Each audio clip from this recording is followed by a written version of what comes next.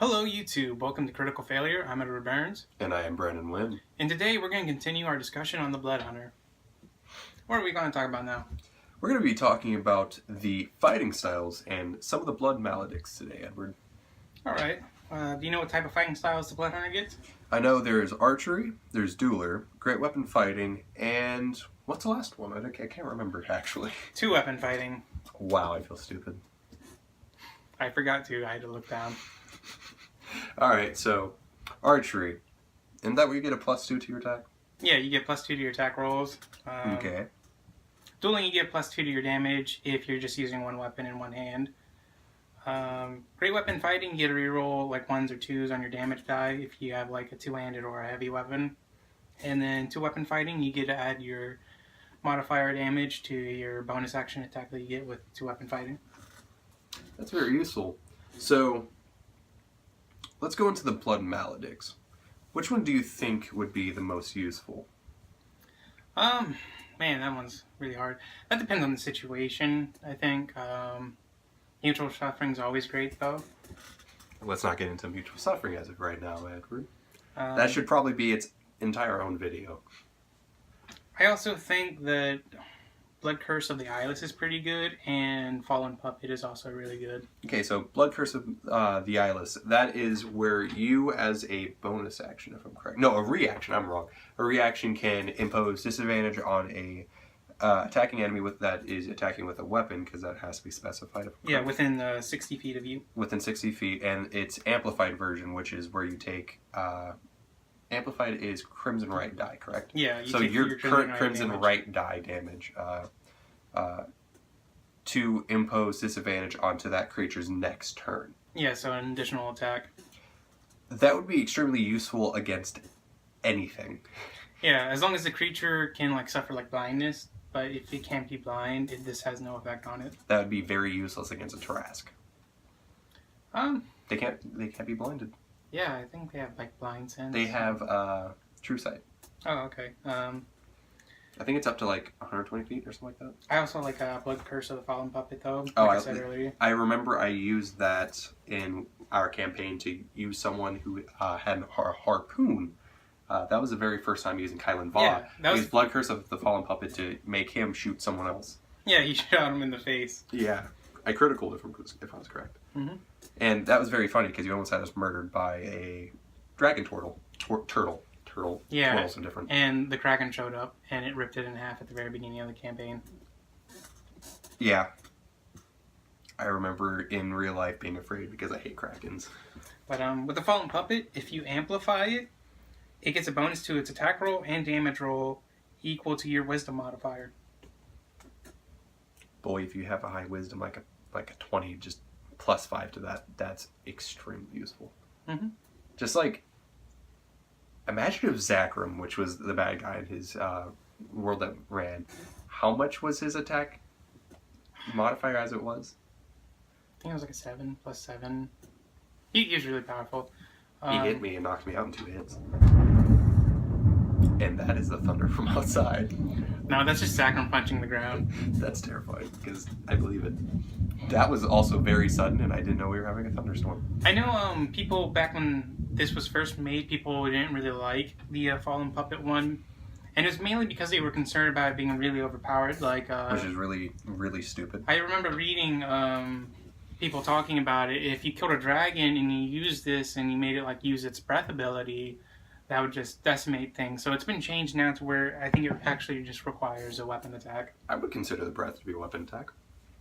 I guess that's more based on problem. Like, me, you, we're not really like worried about like balance and stuff like that. We're it's just more worried about narrative and what you want to do. Like, what brings the most fun to your D&D? Gouging someone's eyes out with a spoon, like Handsome Jack from Borderlands.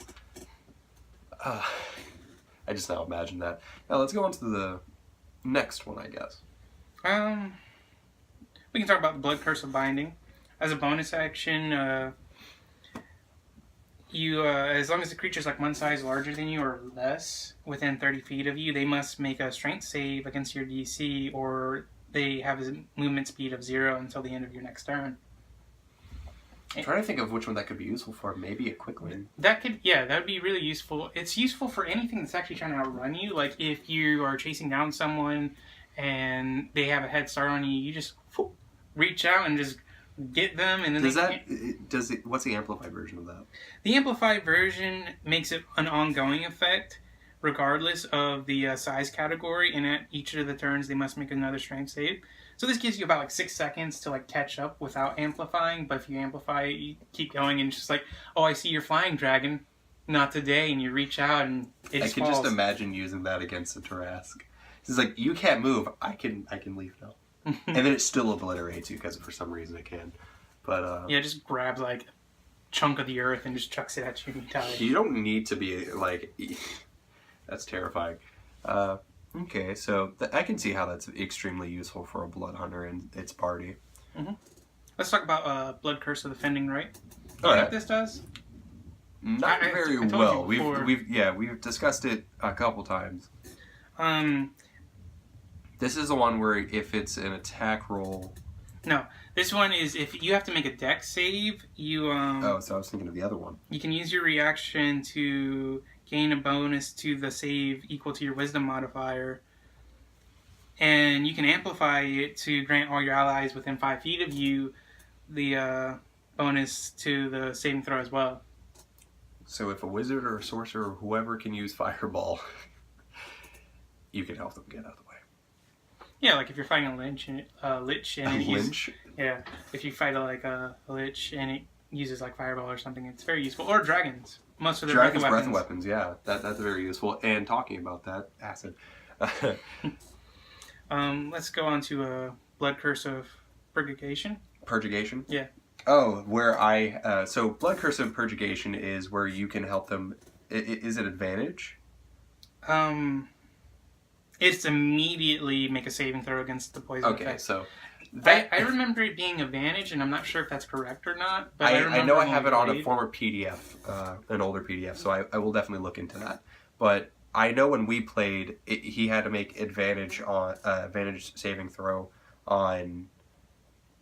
Well, at least Roland, because this is when Roland was drinking profusely. This character had alcohol poisoning, and he's about to die. I saved him using Blood Curse. Not Blood. Is it Blood Curse? Yeah, it's Blood Curse. Yeah. Of Purgation. The Blood Curse of Purgation, which is really funny because I thought I was the only one to ever think about that for some reason, and then Molly Mock on Critical Role does the exact same, but the only difference is that I rolled critical and actually made the person not be drunk whatsoever. He got extremely mad at me and went right back to drinking. But with the way it is set up here, that's not how it would work. I mean, the way it just happened in the moment. Yeah. And you want to move on? Oh, the Amplify. I don't think we discussed that. I don't think we've ever talked about Amplify. The Amplify version of this is you also help them remove another status condition affecting them. Like, imagine getting bitten by a cockatrice while you're also poisoned. Well, here it says the condition can be blind, deaf, and or paralyzed. So I think it kind of like limits what effect you can get rid of. I don't think you can get rid of being turned to stone with this. I mean, that's what I would call being paralyzed, but okay. That's just probably me. Alright, so what's the last one? We got Blood Curse of Spell Sunder. Oh, that's the one where it was dealing with attacks. Alright, so... If they make a spell attack within like 60 feet of you, this is where you can sort of like knock it out of the way. Mm-hmm. So it's like when in the Halo book, The Fall of Reach, where Master Chief literally slapped the missile out of the way. And it's a good book, you should read it. Yeah. He actually slapped the missile out of the way. But he almost died. For the normal version, you just impose disadvantage on the attack roll. But if you amplify, you make a wisdom check. And the DC is 10 plus the spell's level. And if you pass your save, the spell automatically misses you.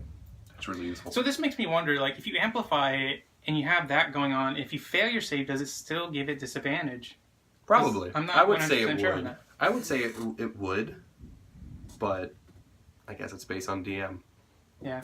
I would, because, that's the normal base effect, and this is a powered up one. Well, that's all we have to talk about dealing with blood curses and the fighting styles. Catch us on the next episode of Look Into. This is Brandon Wynn. Edward Burns. And we'll catch you on the next video.